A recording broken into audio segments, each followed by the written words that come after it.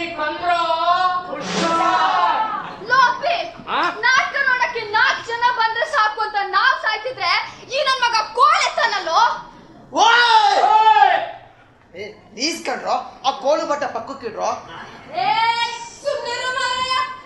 Shakespeare ಕಾಲದಲ್ಲೂ ನಾಟಕ ಮೊದಲು ಬಾವುಟ ಹಾಕ್ತಿದ್ರಂತೆ. ಯಾವ ರೀತಿ ಬಾವುಟ? ಕೆಂಪು ಬಣ್ಣ ಅಂದ್ರೆ ಚಾರಿತ್ರಿಕ ಅಂತ. ಹಿಸ್ಟರಿ ಅಲ್ಲ ಹಿಸ್ಟರಿ. ಬಿಳಿ ಬಣ್ಣ ಅಂದ್ರೆ ಪ್ರಹಸನ ಅಂತ. ಕಪ್ಪು ಬಣ್ಣ ಅಂದ್ರೆ ದುರಂತ ಅಂತ. ಕೆಂಪೋ ಕಪ್ಪೋ ಬಿಳಿನೋ ಅದೆಲ್ಲ ಶೇಕ್ಸ್ಪಿಯರ್ ಕಾಲಕ್ಕಾಯ್ತು. ಈಗ ನಾವು ಮಾಡೋ ನಾಟಕದಲ್ಲಿ ನಮ್ಮ ಬದುಕಿನಲ್ಲಿರೋ ಎಲ್ಲಾ ಬಣ್ಣಗಳು ನಮ್ಮ ನಾಟಕದಲ್ಲಿ ಇರುತ್ತಲ್ವಾ.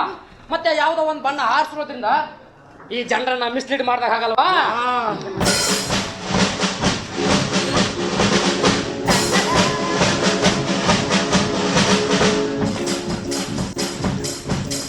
ನಂಗೆ ಗೊತ್ತಿತ್ತು ಹೀಗಾಗುತ್ತೆ ಅಂತ. ಅದಕ್ಕೆ ನೋಡಿ ನಾನು ತಯಾರು ಮಾಡ್ಕೊಳ್ತಾ ಇದ್ದೀನಿ. ಇದನ್ನ ನಾವು ರಂಗದ ಮಧ್ಯದಲ್ಲಿ ಹಾಡ್ಸೋಣ.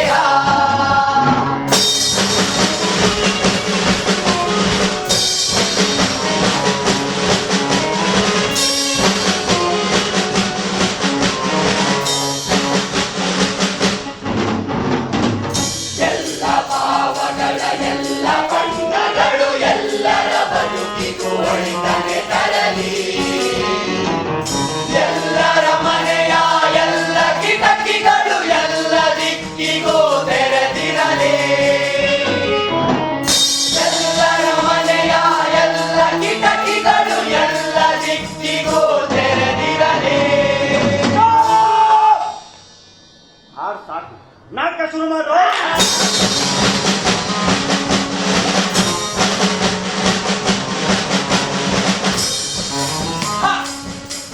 ಮೊದಲಿಗೆ ಇಂಟ್ರಡಕ್ಷನ್.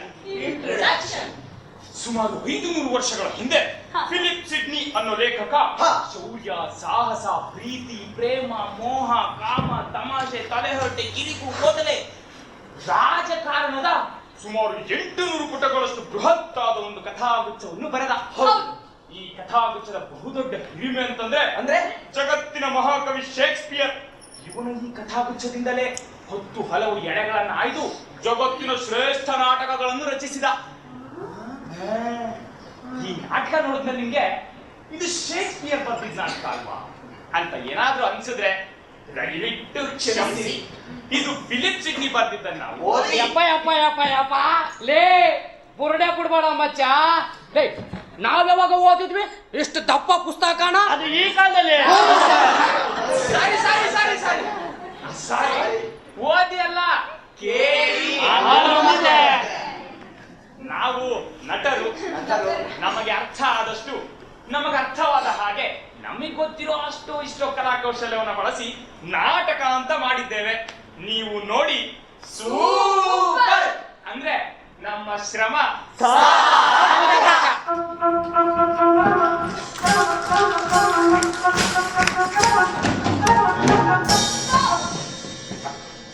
ಒಂದಾನೊಂದು ಕಾಲದಲ್ಲಿ ದೂರ ದೂರ ದೂರದಲ್ಲಿ ಆರ್ಕೇಡಿಯಾ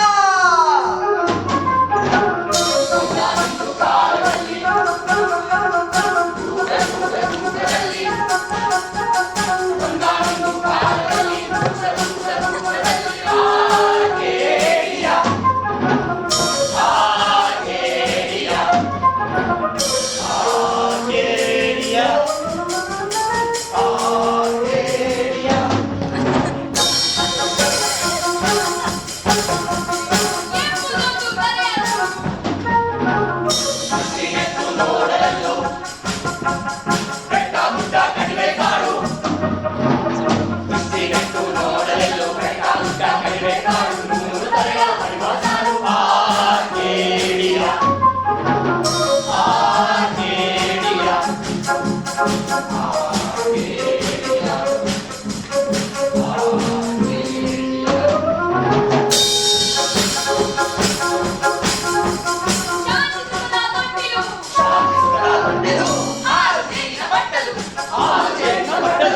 ಶಾಂತಿಸುವುದ ತೊಟ್ಟಿಲು, ಆರು ತೇಗಿನ ಬಟ್ಟಲು,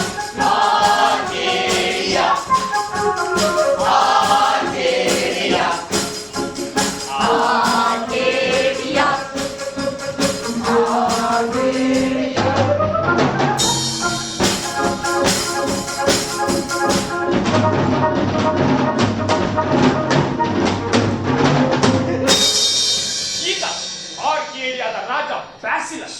ಬ್ಯಾಸಿಲಸ್ ಕಬಳು ಪ್ರಾಣಿ. ಹೆಸರು ಗೈನೀಶಿಯಾ ಅಂತ. ಇವಳು ಪಮೇಲ, ನಮ್ಮ ರಾಜನ ಮೊದಲ ಕುವರಿ. ನೆರೆಹೊರೆ ರಾಜ್ಯದ ರಾಜಕುಮಾರರ ಮನವನ್ನು ಗೆದ್ದಿರೋ, ಅವಳ ನಿದ್ದೆಯ ಗೆಡಿಸಿರೋ ಚೆಲುವೆ. ಏಯ್! ಇನ್ನೊಬ್ಳು ಎರಡನೇ ಮಗಳೇನು? ಮತ್ತೆ ಅವಳು ಮಂತ್ರಿಯ ಮಗಳು ಪರೇಕ ಎಂಬ ಕೋರಿ. ಪಮೇಲನ ಸಖಿಯೂ ಹೌದು. ಇವರಿಬ್ಬರು ಒಂದರೆಗಳಿಗೆ ಅಗಲಿರಲಾರರು. ನಾನು ಕಿಂಗ್ ಲಿಯರ್ ನಾಟಕದ ವಿದೂಷಕ, ಹೆಸರು ಫಾಲ್ಸ್ಟಾ. ಈ ನಾಟಕದ ರಾಜ ಬ್ಯಾಸಿಲಸ್ನ ಹೃದಯ ಅಷ್ಟೇ ಅಲ್ಲ, ಮೆದುಳು, ಒಳಿತಲ್ಲು ಕಲಿತಲ್ಲು ಎಲ್ಲದರಲ್ಲೂ ಇವನ ಬೆಂಬಿಡದ ನೆರಳು, ಆಪ್ತ ಸಖ. ಸಲಹೆಗಾರ. ಹೌದು, ಬ್ಯಾಸಿಲಸ್ ಆಗು ಹೋಗುಗಳನ್ನು ಬಲ್ಲವನು ಅವನೊಬ್ಬನೇ. ಹಿಂಗ್ ಈ ಮಂತ್ರಿ ಪಾತ್ರ ಮಾಡೋದು ಯಾಕೋ ಕಾಣಿಸ್ತಾನೆ ಇಲ್ಲ. ಹೌದಾ? ಈಗ ಇದ್ನಲ್ವಾ ಏನ್ ಬೀಡಿ ಗೀಡಿ ಸೇದ ತಗೊಂಡ ಏನ್ ಕಥೆ?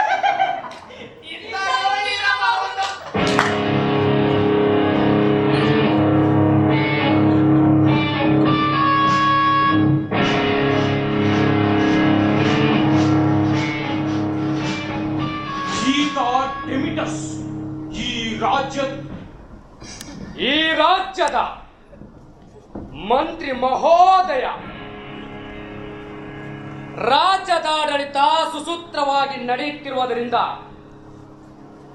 ಈ ರಾಜ್ಯದಂತೆಯೇ ನನಗೂ ಮಾಡಲು ಯಾವ ಕೆಲಸವೂ ಇಲ್ಲ.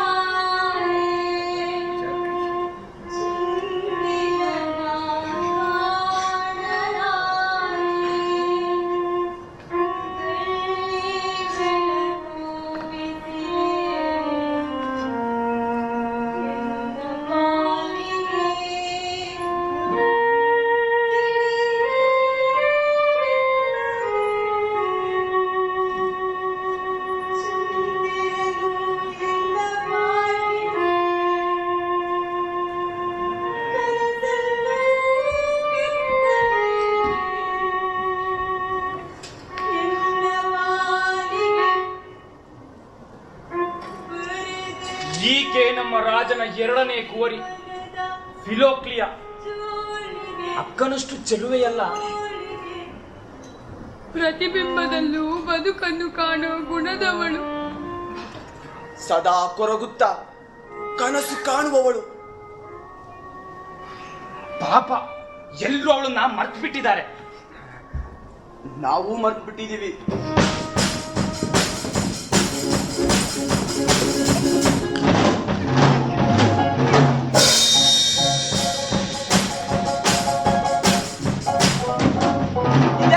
ಈ ತರ ಯೋಚನೆ ಮಾಡ್ತಿದ್ದಾರೆ.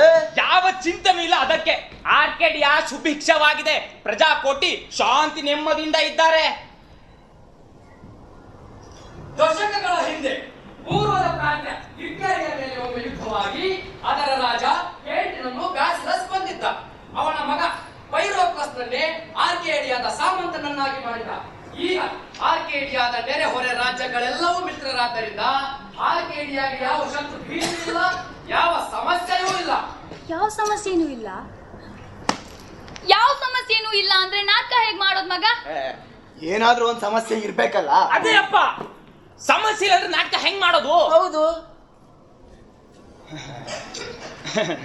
ಪ್ರೇಕ್ಷಕರೇ, ನಾಟಕದಲ್ಲಿ ಯಾವುದೇ ರೀತಿ ಸಮಸ್ಯೆ ಇಲ್ಲ. ಆದ್ರಿಂದ ನಾಟಕನ ಮುಂದುವರ್ಸೋದಕ್ಕೆ ಆಗ್ತಾ ಇಲ್ಲ. ದಯವಿಟ್ಟು ಎಲ್ಲ ಕ್ಷಮಿಸಬೇಕು. ನೀವಿನ್ ಹೊರಡಬಹುದು. ಸಾರಿ, ಹೋಗಿ. ಕ್ಷಮಿಸಿ. ಸಾರಿ.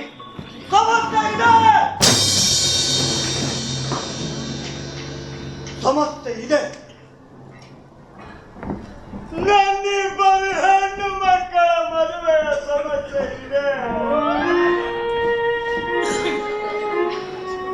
ಪಮೇಲ ಬಂದವರೆಗಳನ್ನೆಲ್ಲ ಒಲ್ಲೆ ಅನ್ನುತ್ತಾರೆ. ಇನ್ನು ಫಿಲೋಕ್ಲಿಯಾರನ್ನು ಬಂದವರೆಲ್ಲ ಒಲ್ಲೆ ಅನ್ನುತ್ತಾರೆ. ಇವನ ಚೆಲುವಿಗೆ ಚೆಲುವನೆಲ್ಲಿರುವನು?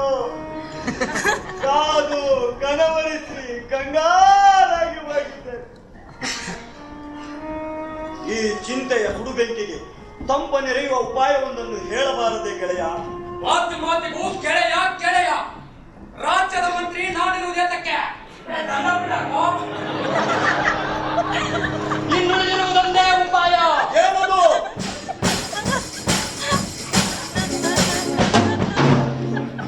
ಸ್ವಯಂವರ. ಸ್ವಯಂವರ ಅಂತೆ ಆಗಲಿ. ಮಾನ್ಯ ಮಂತ್ರಿ ಡೆಮಿಟಸ್, ನನ್ನಿಬ್ಬರು ಕುವರಿಯರ ಮನೆಗೆದ್ದು ವರಿಸುವವರಿಗೆ ನನ್ನ ರಾಜ್ಯವನ್ನು ಇಬ್ಬಾಗ ಮಾಡಿ ಪಟ್ಟಗಟ್ಟುವೆನೆಂದು ಎಂದೇ ಸಂದೇಶವನ್ನು ಸರ್ವ ದಿಕ್ಕಲು ಸಾರಲು ವ್ಯವಸ್ಥೆ ಮಾಡು. ಅಪ್ಪಣೆ. ಇಂದು ರಾಜನ ಮಗಳ ಸ್ವಯಂವರ. ಭಲೇ!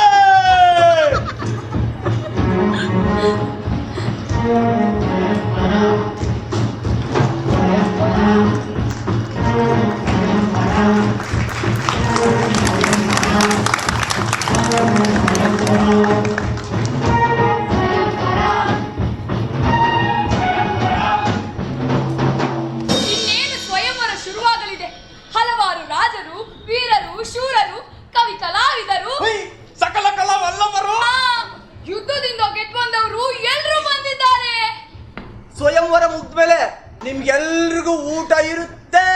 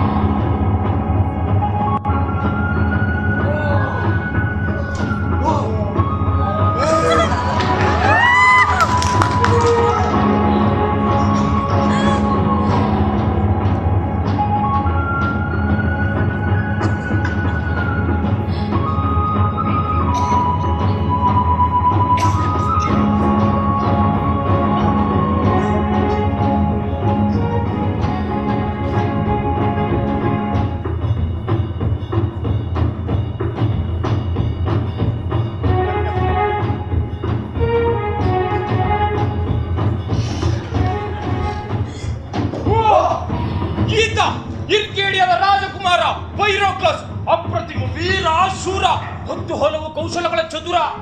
ಈತ ಈ ಕೋರಿಯರ ಮನೆ ಗೆಲ್ಲುವುದರಲ್ಲಿ ಸಂಶಯ ಇಲ್ಲ.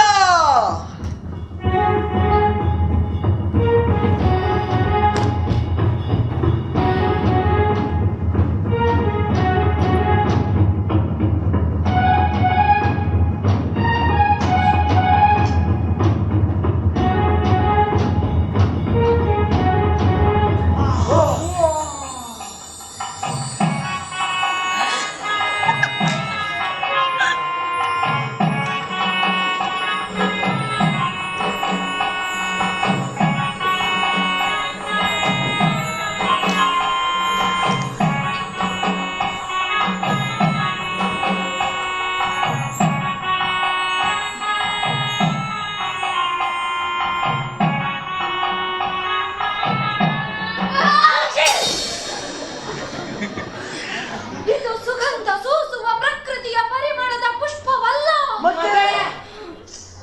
ಬರಿದೆ ಬಣ್ಣದ ಈ ನಕಲಿ ಪುಷ್ಪವನ ನಲ್ಲೆ. ಅಯ್ಯೋ,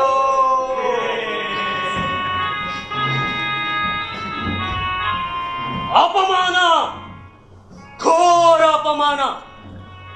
ಈ ಅಪಮಾನಕ್ಕೆ ತಕ್ಕ ಉತ್ತರ ನೀಡಿ ಇವಳ ಕೈ ಹಿಡಿಯದೆ ಬಿಡುವುದಿಲ್ಲ. ನಿಲ್ಲು. ಪಮೇಲ ಒಲ್ಲೆ ಎಂದರೆ ಏನಂತೆ? ನನ್ನ ಇನ್ನೊಬ್ಬ ಮಗಳಿದ್ದಾಳೆ ತಿಲೋಕಿಯ, ಅವಳನ್ನು ವರಿಸು. ತಿರಸ್ಕರಿಸಿದವಳು ಪಮೇಲ. ಅವಳನ್ನೇ ಗೆಳೆಯ, ಇದೊಂದು ಬೆಳಕು ಆರಿ ಹೋಯಿತು. ಈ ಕತ್ತಲೆಯ ಕೂಪದಲ್ಲಿ ಮೆದುಳು ಮುಟ್ಟಾಯಿತು. ಆರ್ಕೆಡಿಯಾದ ಮುಂದಿನ ಭವಿಷ್ಯ ಹೆಣ್ಣು ಮಕ್ಕಳ ಭವಿಷ್ಯವನ್ನು ಅವಲಂಬಿಸಿದೆ. ಗೆಳೆಯ, ನಾಳಿನ ಚಿಂತೆ ಇಂದಿನ ವಿಷ. ಬರುವುದು ಬಂದಾಗ ತಿಳಿದಂತೆ ಎದುರಿಸಿ ನಡೆಯುವುದು ಜಾಣರ ರೀತಿ ನೀತಿ. ನನ್ನ ಹಂಬಲವ ಹತ್ತಿಕ್ಕಬೇಡ. ಮುಂದಾಗುವುದನ್ನು ಹಿಂದೆ ತಿಳಿಯುವ ದಾರಿಯ ತೋರು. ಒಳ್ಳೆ ಎನ್ನಬೇಡ. ಗೆಳೆಯನಿಗೆ ಒಳಿತಾಗಲೆಂದು ಲೋಕದ ನಾಲ್ಕು ಹಿತ ನುಡಿ ನುಡಿದೆ. ಒಳ್ಳೆ ಎಂದು ಒಡೆಯನ ಸಿಟ್ಟಿಗೆ ಏಕೆ ಎರವಾಗಲಿ? ಹೋಗು, ಡೆಲ್ಫಿಯನ್ನು ಕೇಳು. ಅದು ಮುಂದಿನ ಭವಿತವ್ಯವನ್ನು ಹಿಂದೆ ಕಣ್ಣಿಗೆ ಕಣ್ಣಂತೆ ನುಡಿಯುವುದು. ಡೆಲ್ಫಿ ಅದೆಲ್ಲಿದೆ? ಡೆಲ್ಫಿ ಕೇಳಿಲ್ಲವೇ? ಅದು ಭೂಮಿಯ ಕೇಂದ್ರ ಸ್ಥಾನದಲ್ಲಿದೆ. ಗ್ರೀಕ್ ನಾಟಕಗಳಲ್ಲಿ ಅದೆಷ್ಟೋ ಮಂದಿ ಮಹಾರಾಜರು ಕಾರಣಿಕ ಕೇಳಲು ಹೋದ ಬಗ್ಗೆ ಓದಿಲ್ಲವೇ ನೀನು? ಓದಿ ಬಲ್ಲೆ. ನೋಡಿ, ನಾವಲ್ಲಿಗೆ ಹೋಗೋಣ. ಅದು ಗ್ರೀಸ್ ದೇಶದ ಪ್ಯಾರಮಸ್ ಪರ್ವತದಲ್ಲಿದೆ. ಆರ್ಕೇಡಿಯಾದಿಂದ 6 ತಿಂಗಳ ದೂರದಲ್ಲಿದೆ. ಬೆಟ್ಟ, ಗುಡ್ಡ, ಕಾಡು, ಮೇಡು, ಸಮುದ್ರ, ಸರೋವರ ದಾಟಿಯಲ್ಲಿದೆ. ಇಷ್ಟೆಲ್ಲ ಅಡಚಣೆ ಆಗರವ ದಾಟಿ ಬದಲಿಸಲಾಗದ ಭವಿತವ್ಯವನ್ನು ತಿಳಿದುಕೊಳ್ಳುವ ಬಯಕೆಯ ನನಗೆ. ಹೌದು, ತಡ ಮಾಡುವುದು ಬೇಡ. ನಡೆ ಹೋಗೋಣ. ನಿನ್ನಿಚ್ಛೆಯಂತೆ ಆಗುತ್ತೆ. ಆದರೆ ನಾವು ತಿರುಗಿ ಬರುವವರೆಗೆ ಆರ್ಕೇಡಿಯಾವನ್ನು ಪಾಲಿಸುವವರಾರು? ಸಮಸ್ಯೆಗಳಿಲ್ಲದ ಸುಭಿಕ್ಷ ರಾಜ್ಯ ಆರ್ಕೇಡಿಯಾ. ನಾನು ಇದ್ದು ಮಾಡುತ್ತಿರುವುದೇನು ನೀನು ಬಲ್ಲೆಯಲ್ಲ. ಇಲ್ಲಿಯವರನ್ನೇ ಯಾರನ್ನಾದರೂ ಉಸ್ತುವಾರಿಯನ್ನಾಗಿ ನೀಡಿದರೆ ಆಯ್ತು. ನಮ್ಮಲ್ಲೇ ಯಾರಿಗಾದರೂ ಉಸ್ತುವಾರಿ ಕೊಟ್ಟರೆ ನಾವು ಮರಳಿ ಬಂದಾಗ ತಿರುಗಿ ಕೊಡುವ ಖಚಿತತೆ ಇಲ್ಲ. ಆದ್ದರಿಂದ